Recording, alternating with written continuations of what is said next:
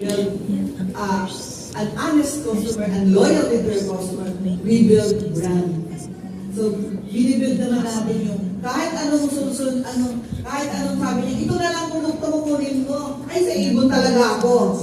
We build branded. So, brand na po niya ang Avon. Tama ba?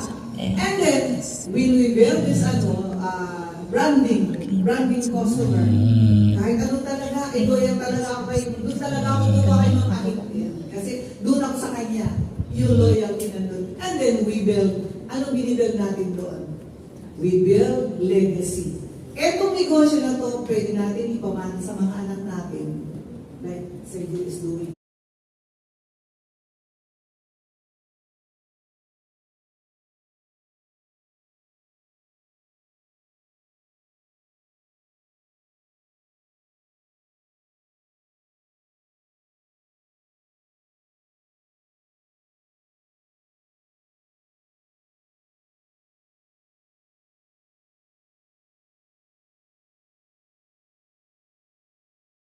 $150 weekly.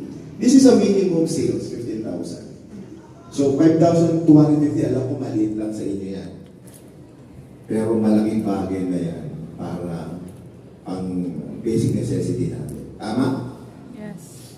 750 weekly sales, kung weekly kayo pupunta sa ipon, i-maximize nyo na rin hanggang kaya nyo.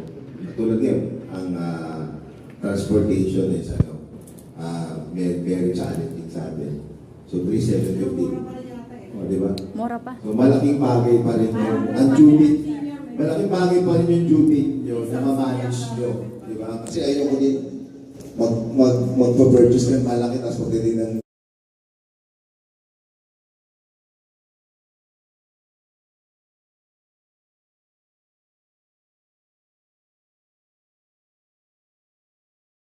sa akin. Makakapasok ka talaga yan, ma'am. Hindi lang po trophy. Papasok ka yan sa Jiva. Very positive naman siya. And comes, ito na nga po, bakit di ang mga ibon sa labas ng aking kwarto, doon sa aking, doon, bakit di nag-iingay sila?